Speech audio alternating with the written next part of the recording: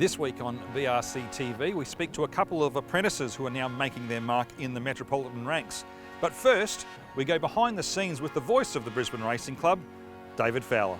Special weekend away for you this week, 11 years since you took over from Wayne Wilson. It was, of course, it was Exhibition Wednesday. Of course, today we've lost that, so it's a lot quieter. But it is a significant day for me, 11 years. And of course, Exhibition Wednesday's always had a really important part in the history of Queensland racing when it was part of the carnival, and of course now with the Mecca Wednesdays. A lot of them would be surprised to know how long you prepare for a race. So at what point do you start studying the colours for the race that's coming up next? Well, it's horses for courses. Some might do more. To be honest with me, it's a visual thing. I can't sort of study them out of the race book or the night before. So basically when the horses come down the parade, that's the first time I look at them. What's in my favour is I've done the form on the horses, so and often, particularly in the metropolitan area, I've seen a lot of them. So it's basically a refresher almost for some of these, particularly on Saturdays. But that's when I start, so 6 to 7 minutes out. Do you feel different levels of pressure depending on what day of the week it is or what standard of meeting? Yeah, for sure. Stradbroke Day, number one, Magic Millions Day, number one. Cairns Amateurs, big carnival up there that I go to. But Saturday is your main day of the week, and Wednesday's a bit more relaxed. I like the Wednesdays actually because it is relaxed, but you're still doing the same job that you're actually doing on a Saturday or a Stradbroke Day. Yeah. Conversely, is there any individual calls you could pick out of yours over the time that, I'm particularly proud of that one? I've been happy with all of my carnivals, and I've been happy with my Magic Millions calls. I can't think I've had one that stands out above the others, but a Magic Millions or a Stradbroke, you've got to get them right, and you've got to put in as much flair without going overboard. I heard a quote the other day from the late Brian Henderson. It's such a great quote for young race callers, many of them coming through. Clever is good, clear is best. And that's exactly right. So get it right, but put the enthusiasm without going over the top or manufacturing anything. What about the favourite race you've called? We've had a couple of standouts here in Queensland in the time that you've been the head broadcaster here at the Brisbane Racing Club. Zaki's Dubin Cup this year, it was a great race to call because he had it at the turn. It was all over at the turn.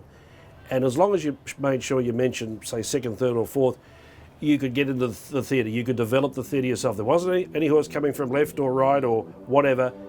We had it. I owned it. The first 1,400 metres, 1:25.39, and Zaki. J-Mac said we can wait no longer. He went up to Brandenburg, it was a spent force, and Zaki now heads for the run of the judge and is a clear leader in the cup. He is a big leader. Look at Zaki opening up. 3, 4, 5 in front from Toffee Tongue, the Toya of Villiers, Brandenburg battling away, but backed as if unbeatable. This is one of the easiest Dubin Cup wins in the history of the race. Zaki absolutely dominant, 7 lengths.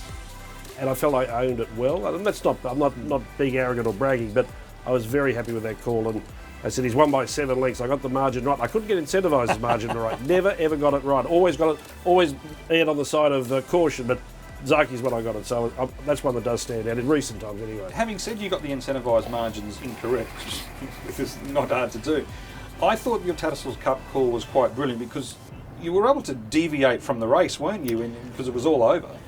Again, I think of someone like Darren Flindell with Winks, and he must have said to himself every time, what am I going to say this time? Well, of course, we didn't really have that issue with incentivised, but he started to win by big margins, and I was pretty certain that was his last go before he headed interstate. So that call wasn't manufactured or thought up. It actually was just my feeling with that horse, just because Bart Sinclair, a good man of ours, often said to me what a beautiful action he's got. I noticed it myself, and as I said, this is glorious to watch. That just came from the heart. Yeah. So sometimes the calls that are unrehearsed can sometimes be your better ones. Let's see what he can offer in the straight. Let's see what he can do, folks. The margin 4-5.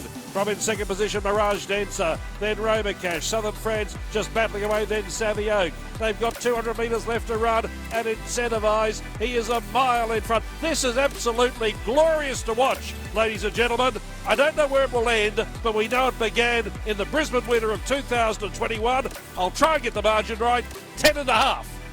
Now, this is something that punters will be interested in. We know you like doing the form, you love doing the form, and naturally have a bet. I know where this is leading. Punters like to think they can tell when a caller's had his money on. They do, and with me, most times they're right, whether they win or lose. Yeah, I know for a fact there's punters who'll get on social media and say, oh, you can tell Fowler had his money on them, when I actually know the truth is otherwise. So you're tricking them both ways. Yeah, exactly. That's all part of the theatre. Mashani Delight in front. Keefe's near the rail. Star Today's finishing generously now. Here's Star Today's. Up it goes. Hits the lead. Races past Mashani Delight and Keefe, and Star Today's class told. Too good. Beat either Mashani Delight or This Saturday at Eagle Farm, both Leah Kilner and Jaden Lloyd have key rides. Over the past fortnight, they've just started to make their marks in the Metropolitan riding ranks. Leah Kilner, you're a face that we're becoming familiar here with in South East Queensland. A Saturday double a couple of weeks back. That was a nice way to sort of introduce yourself here again, I suppose. Yeah, most definitely. It was a great way to end the season. You know, I was riding for two of the best trainers in Queensland, in Mr. Gollan and Mr. Heathcote, and two really nice horses, especially Emerald Kingdom. I mean, to get on a group winner and get him home, it was a really big thrill. They were coming quick at the end. They were. It was a little bit of a worry, but he was 6 weeks between runs. But, you know, he's just a genuinely tough horse, and I think, you know, even if it come at me a bit earlier, I don't think they would have got past him. Yeah.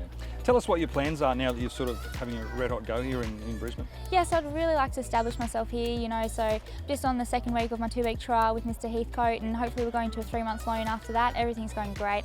Absolutely loving it at the stables, and it's been going really good. And, you know, my biggest goal would be to win the Apprentice Premiership up here. It's going to be a tough gig. It's, you know, very competitive this season, so really looking forward to giving it a good crack. We talked about that double a couple of weeks ago, which got good publicity, but going back further into last season, you got on a really nice filly for Brian Day's in Glorious Ruby. I imagine she's one of your favourites, and we get to see her return at Eagle Farm this weekend.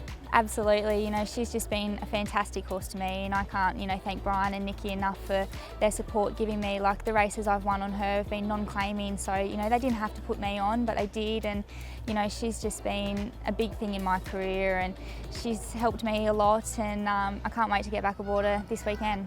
Here with Jaden Lloyd, who's a name that we're becoming familiar here with in town now. Jaden, how are you enjoying being on the Metro circuit? Yeah, loving it. It's great riding against the best riders and the best horses in Queensland. Look, I'm really enjoying my time, and hopefully we can make the most of it. Marianne Brosnan's brought you through the ranks here since you moved back to Queensland, but you're getting opportunities with quite a few stables.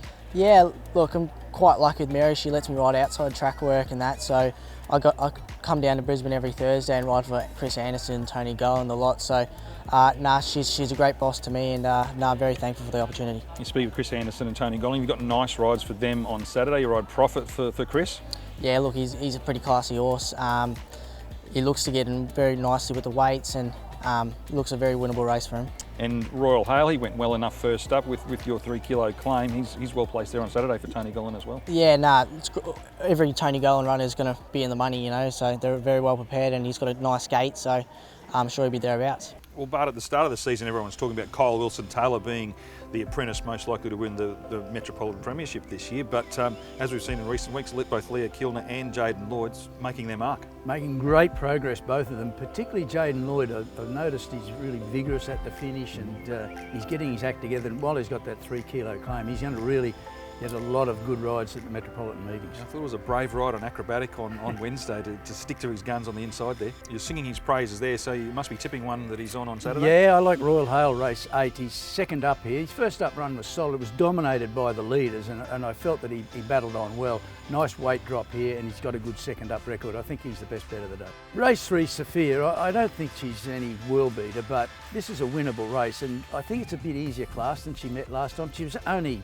a neck from the winner in 4th, and that was the one Magic Conqueror. Again, leader dominated, so it was hard to get the leader down. But I thought she battled on well, and I think this is a race with a good draw. She should get a good run. And she's been pretty good at this track prior as well, so you know she'll let down on this this track. Yeah, that was a good solid win here midweek previously.